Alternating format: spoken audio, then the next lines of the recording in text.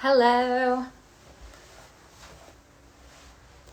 Um, we are going to talk to Jessica Yellen. I am so excited to speak to her.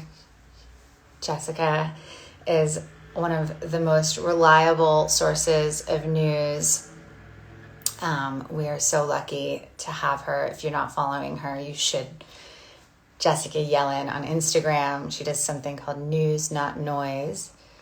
And see if she.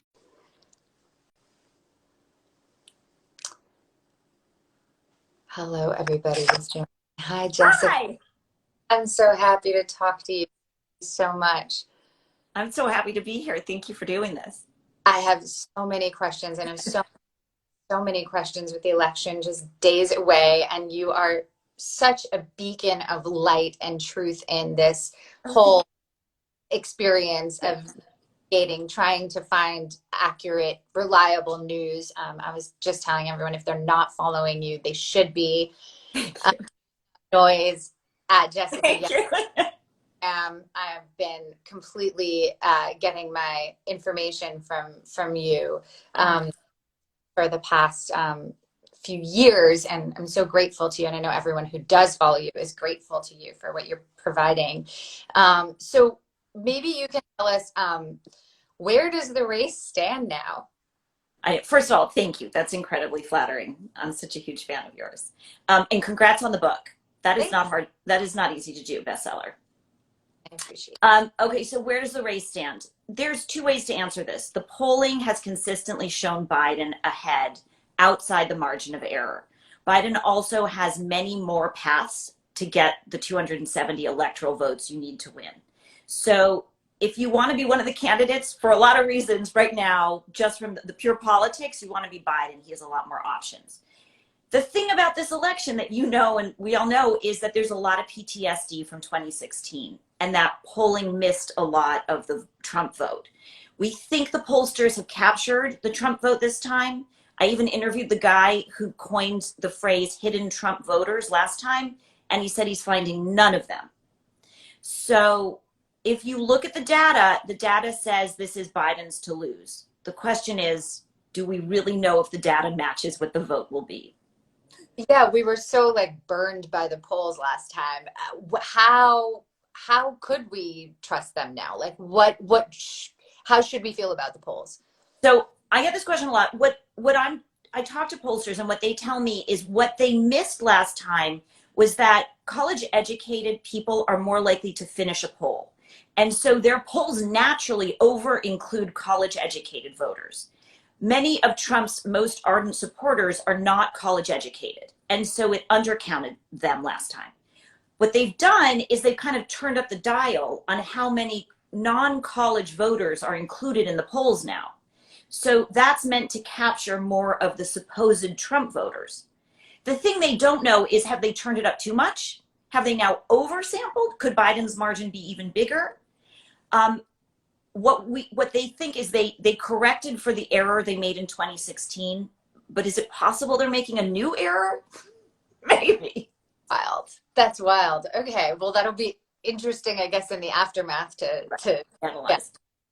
So early voting is breaking records, which is so exciting. Thank you to everyone out there who has early voted and is going to early vote. Is there anything about that that's going to tell us who's going to win? So all the conventional wisdom, and if you watch cable TV, they were always saying early voters will be Democrats and Biden's vote will be early and then Trump's vote will be day of vote. But to the extent that you can really measure that, that's only partially coming true. In a state like Florida, you're seeing a ton of Republicans early vote. So you can't necessarily, it's almost even the number of, early voting D's and R's right now there. So you can't necessarily judge based on the early vote what's going to happen on election day. The other thing is maybe people who are planning to vote election day are just voting early. It won't be the biggest turnout ever. And we don't know what the total math will be. So it's another situation where you kind of have to wait and see. Sorry. No, that's good to know. And what are the key states you're watching in the presidential election and why? So there's the Rust Belt states, Michigan, Wisconsin, Ohio, where everyone thought Hillary Clinton would win and she lost. And so those were seen as the pivotal states. But this time around, Donald Trump has eroded so much support in his 2016 coalition that a lot of red states are now up in the Biden camp or could be won by Biden. Those include places like Arizona, which you used to think of as like really red, but now Biden's ahead. North Carolina, same in Georgia. Like, who would have thought we'd be talking about Georgia as a possible blue, right? Well, is that demographic changes, or is that what is sort of the thinking around the influence on that? It's partly it's absolutely, you're right, demographic, and then high energy and enthusiasm in the urban centers to vote. And then also, Donald Trump has lost so many white women. His margin with white women was massive in 2016, and he's lost them by double digits. And so in a lot of these like swing districts that are sort of like moderate Republican districts, they're leaning blue because the women are like, I'm done, out. And so that's really helping Biden. The states I'm watching on election day are Florida, North Carolina, Arizona, and Ohio, because they're battleground states where they also count all the votes early. Oh, wow. Okay. And so it's not just a presidential election. We're also, of course, talking about a Senate that could change wildly. So what Senate races are up for grabs where Republicans can lose seats or Democrats could lose seats? There's a bunch of them. I mean, in Arizona and Colorado, it's almost a sure, well, I should never say that, but it's very likely the Democrats will win and replace Republicans. So that's two gains. The state that I think is really interesting to watch is North Carolina, because they're a crucial swing state. A Republican could lose there, and they're one of those states where they count those votes early, meaning they count the mail-in ballots, the early votes, and the day of votes all together, so we could get a real total that night. There's some funny business with courts and laws, but basically that could be a very telling state. So North Carolina, that's kind of bellwether-y. And then South Carolina, just because everyone's obsessed with Lindsey Graham lose his seat, and he could. You know, that would be tectonic. Wild, yeah. Do you think the Kentucky race actually has it's not looking like possible?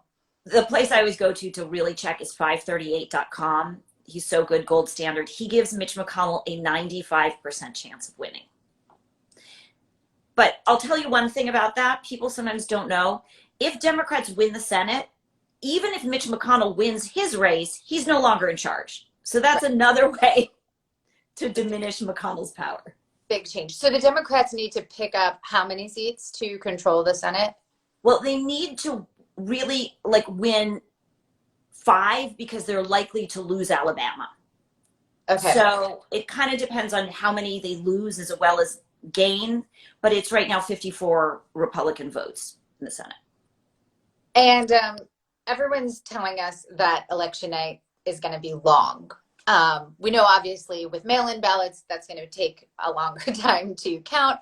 But can you explain, what does it mean? Like, when will we know? What when will we know? Know the actual results? So you nailed it. I mean, it's like, because of COVID, there's these millions of early ballots, mail-in and early votes. And our system's so messed up that in some states, the rules say you can't even start counting those mail-in ballots until election day. So in some, honestly, it's just, I think it's more to mess with the election voter, shenanigans, which is something we should all care about after election day and deal with it. It's just messed up. And so there are states where you have warehouses of millions of ballots waiting to be touched, and you can't even start processing them until hours before November 3rd or November 3rd. So you can imagine what that's going to be like. And so states like Wisconsin, Pennsylvania that are in that position will have to be counting. If the vote total is close in those other states I mentioned, you can imagine how all the lawyers are going to show up and start challenging things. And that could turn election night into election week or election month. Wow. Okay, we've got to brace ourselves for not knowing and being comfortable in our not knowing for a few weeks. Maybe not comfortable, but at least, you Can know. you teach us how?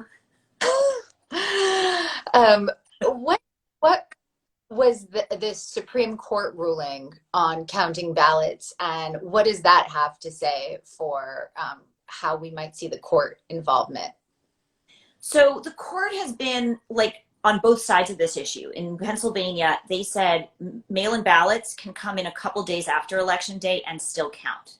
But in Wisconsin, no, they can't.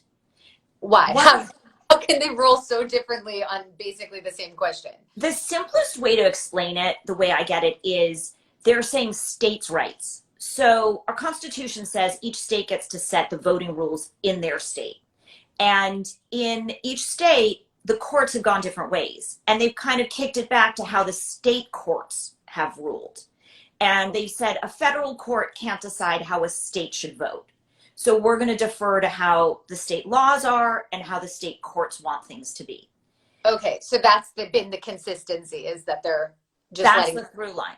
I will say that they did say after the election, if it's contested or there are problems, we could still step in. And that's when Amy Coney Barrett will have a vote, and we don't know how things would go. Right. I saw Brett Kavanaugh had to like correct something today in his writing. He wrote, I mean, this is so, it's like Talmudic. He wrote a footnote. Everybody was studying the footnote. Twitter went wild. His footnote in one of the decisions said he doesn't want late ballots counted because it would disrupt the vote tally. And everyone's like, well, there's no vote tally till all the votes have been counted. So what are you talking about? And people went nuts, and it's been everywhere, people parsing the words. And I think he's just kind of like, chill, don't overinterpret everything. Hopefully everyone's just going to want the most votes counted as possible in the time period that, we have. Does high voter turnout one candidate more than the other? This is a great question because people tend to think high voter turnout is good for Democrats. Then there was some concern like that was misunderstood. Right now, we do think that the more voter turnout is good for Biden. And the reason is because President Trump's like if you think of how politicians win, they put big coalitions together, moderates and liberals and some activists who are environmentalists and a big group. President Trump's coalition is super narrow. It's white voters and specific white voters and a couple of other peel-offs. So for Trump, small turnout is better for him because he can't grow his base. There's not enough of them. So he wants to both turn out as many of his base supporters I just described and suppress the Biden vote, literally make it harder for people who aren't his base to vote. So big turnout is good for Biden. And if we don't know the winner on election night, what's going to happen? Such a good. So I'll tell you one thing. Like everybody wants clarity, and for me, the way I'm doing it is I'm watching Florida. Just so you know, like Florida is one of the most. Basically, Trump can't win without Florida, and they're one of the states that counts everything early. So if there is a major win in that state, it kind of says we're having an early night. There'll be a decisive victory, no drama, or maybe. If there's a super close tally in all these states that we talked about, maybe we have like a grace period of 24 hours to count. And I think after 24 or 48 hours is when the lawyers start showing up and challenging mail-in ballots and trying to throw things out. We get in the courts, that's when the Supreme Court could get involved, and we could see repeats of the 2000 Florida recount in multiple places. Wow. And what will you be watching for on election night? And can you give us sort of like a cheat sheet? So one thing I want to say is like the election night vote, just so everybody knows, is a media vote, by the way. Like the state doesn't do an official count for weeks. So what we've all come to think is like elections decided is really the media saying we've counted the votes, our data geniuses have made a decision, and we're all going with this. Wow. How do they count the votes? Like, are they polling people as they're leaving and asking them who they voted for? I got obsessed with this and I'm still figuring out. Basically, there's a couple major consortiums. So the Associated Press, which has reporters everywhere, and they start pulling like local level elections results, and they report up to media companies that they're working with.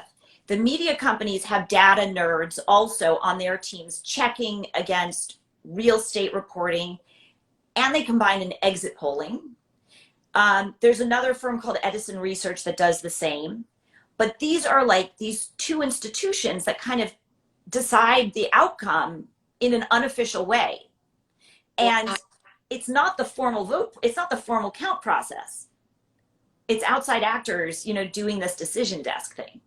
Have there ever been instances where, like, afterwards it was just wildly off? I mean, apart from 2000, which was like its own whole situation. I mean, that's the main one where, in recent history, where people were like, did the media call it too soon and predetermine an outcome and mess things up? And, there have been like postmortems where they've looked back and it was so close, it's hard to know. And the other thing, like, not to panic people, but is when we talk about foreign interference, they wouldn't have to just mess with like election centers. A foreign actor could mess with the AP or Edison or a media company and change the media narrative. And that would create a weird dynamic for us, right? If the media, so what I know, but I can tell you they're aware of this and they've hardened their systems and they're very, very attentive to it. Oh, that's good to know. And are they, do you feel that the media is doing anything differently in terms of calling winners in tight races and that sort of thing? Totally. Like, there's two things. One is that they're so cautious now and they really want to be extra careful before they call races. And I do think you'll see them be slower and more transparent. So kind of like showing their work. So you don't just works, even the ones that are kind of unabashedly partisan. Do you think they're committed to that? I mean, let me just say it. Like at Fox News, they have a guy who's like a throwback data nerd who is kind of on a press tour-ish, telling the world, like, I'm going to hold the line. We're going to count the numbers. It's going to be a real count. And I'm not letting our nighttime hosts skew the outcome. And you might remember a few years back, Karl Rove was on air at Fox and he was like challenging the returns. I can't remember if it was in 2012. And Megyn Kelly came in and was like, our decision desk says this is decided, Karl, you're wrong. Wow. He's the guy. This is the guy behind that. So I will pay, like, I'll be watching to see how Fox calls it. If Fox calls it the same way as the other media orgs, I think then we have like a consensus decision and things could be smooth. Okay. That's really comforting to know that, there are people in the media that are being attentive to this. Right. Is there, what is your feeling around voter intimidation and what people can expect or look out for and report it if they experience it? It's going to be real. It happens. The thing to know is there's a voter protection hotline, 1-866-OUR-VOTE, OURVOTE.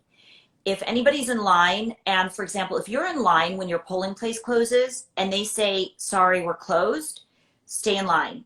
Call the voter protection hotline. Lawyers will get involved. By law, you have the right to vote. They will get the doors opened up so you can vote. That's great. That's a great tip. That's really important to know. Yeah. And if ballots are contested, is there something voters can do about it? Yeah, if you track your own ballot, which you can do by going onto your state voter Secretary of State website, or how to track my ballot, put into Google with your county and state, then it will tell you if your vote has been counted. If for some reason it's rejected, a lot of states allow you to cure it, meaning you can come in person and like show your ID or sign again, and then it'll get counted. So you should check in where you live. If you can do this, it could make a big difference. And is there anything we should know about day of voting? Yeah, this is something like I didn't really know until I paid close attention. Do not wear any logos or things for your candidate or even your favorite cause, because that's considered electioneering, and you can't electioneer at a polling place. So first of all, don't have a conversation with the stranger next to you about how to vote. That could be called electioneering. Keep it like weather, sports, whatever. Wear your basic look. Even if it's just the environment, don't wear your cause on your shirt. Wow, that's really, I had no idea. That's really important. Um, What I'm looking at some questions from people. Um, how reliable and civil is a vote count in a contentious place like Florida? From Jackie Showcare. So, I mean, it wasn't so pleasant back in the year 2000. I was actually a local reporter in Tampa then, so I covered it. It was ugly. But since then, Florida learned the lesson, and they've created these really sophisticated voting systems, counting systems. So they have actually pre-counted or are pre-counting their mail-in and early vote now, so that it's ready to roll election night. Um, and that's true also in Arizona, where they're ready to go. So some of those places will be really smooth, and it could remain smooth. But once you get to that thing where, they're challenging votes and can the mail in be counted and it's in the Supreme Court, that's when it gets nasty. Yes. Do you think it's possible that the Supreme Court would not agree to take the case? Or is I think that sort of if they got that? I think that's unlikely. I think there are some, my guess is if we got into contested terrain, they wouldn't, they would take cases one by one. Like there's a challenge in Wisconsin, take that. There's a challenge in Pennsylvania, address that. If they start to pile up, I mean, could they do one sweeping decision? I just don't know. I think they've already said they will be open to reconsidering some of the decisions they've already made about the election after the election. Right. So the Supreme Court's ready to get involved. We just don't know how sweeping a decision they'd make. Wild. The question from Jeremiah JG: can states give no confidence ruling on electorate and change the election? I don't know if that is a question maybe about like the electors. Do you think there's a chance electors will vote differently than? There are, I think it's 14 states where they have pledged that their electors will reflect the will of the people. Wow. In other states, there's like room for changing that. And then you have to look at states where the legislature is all Republican or all Democrat because it's really decided by the legislature. If we get into that space where we're trying to change electoral college votes, we're like in another branch of the universe. Let's talk about it then. Let's hope, let's hope we don't get there. Yeah, right. Someone is asking, Jojo8860 is asking, think a British girl can get good advice on who to vote for? So this is a great question just for everyone. Are there resources? I know for myself, I don't always know, there's always like 40 things on it, not just president, not just senator. What are the voter guides that you look to or that you recommend people to look to get good information on candidates? I really like ballotready.org because they're so clean. You put in your info and they tell you what's on your ballot. There's a couple other resources we put on our website, on the News Not Noise website, so you have a list of options for how to learn about your ballot. But I'm going to also recommend what I'm guessing you did. I don't know. Did you like ask a smart friend who's super involved in politics how they voted? Do you ever do that? I looked at the knock. The what? The knock.com. It's like a progressive voter guide. So it aligns with a lot of the values that I care about. And so it helped me with some of like the judges and school superintendents and things like that I wasn't really up on. Helped me understand those. And also, of course, in California, we have a lot of like referendum questions that were, it's always helpful to have someone kind of break it down for you. And that's exactly what I recommend people do. It's like go to a friend or go to a nonprofit organization or a cause organization you trust and let them give you their voter guide because it's likely to align with your values. Just Yes. exactly what you did. Yeah. Okay, I'm trying to see if someone's saying they have a South Carolina absentee ballot. Does it have to have a witness before they sign it and turn it in? In South Carolina, yes, they require a witness. And that's super complicated. So another thing you could do, and check this, double check this with the voting rules in South Carolina, but you can also, I believe, take it to a voting center. And if you go in person, you can hand it in and maybe they can witness it for you if you don't have that person. Talia Chalif is asking if lawyers get involved and we end up with a Supreme Court decision, is there a Democratic plan to challenge the outcome? Is there, sorry, you cut out. Is there a Democratic what? Democratic plan to challenge the outcome? Democrats are fully geared up with lawyers. Both sides are fully lawyered up and ready to go, both with arguments for the court and on the state level to rebut any challenges. And people are prepared to go in for another Florida style recount where you just swoop in and start going through the ballots. So both sides are very armed and ready. I would just remind everyone that there is a chance this, this could be decided election night. So let's not expect that it's going to be contested. Just know it's a possibility and prepare for it. KY Try Girl is asking, how long do military votes get to arrive? Oh, this is really good. You're allowed a lot. I think it might depend on your state, but there's a website called FVAP, I think, for Federal Voter Assistance Program.gov. And they give you all the information for the military vote and overseas too. And you can fax in your ballot, which makes it very doable. Yeah, although you know what was hard here? Weren't formatted for the size of the ballot. My ballot was like not normal fax size. So I like couldn't, I ended up having to it even though I was worried about the mail because really? Weeks ago, but because the ballot size is like not normal paper size. That, I hadn't thought of that. That's messed up. I know that's also probably, you're probably voting in California, which is just like not normal. Everything here is so alt. But you mailed it. I mailed it and I got the confirmation that it arrived, so I'm grateful. But are overseas ballots counted later? Yeah, there's a little leeway. I really urge everybody to check the rules in the state where you're a resident, even if you're overseas, because it varies. But I understand that definitely military ballots, and I believe overseas in general, get a little leeway. And Anita's asking, do you think there will be riots after the elections? I mean, it's really hard to judge. A lot of people predicted that there could be violence now, and we're not seeing it. So I'll be watching those early states to see if they make a decision, and also honestly to watch Fox to see if they're reporting consistent with everyone else. And if they're sort of a consensus narrative, I think that really diminishes the chance of unrest afterwards. Sure, you could see pockets of things, but like that nightmare scenario is really diminished when there's like an agreed on outcome. That makes, oh my goodness, this is so helpful, Jessica. Thank you. You're so good.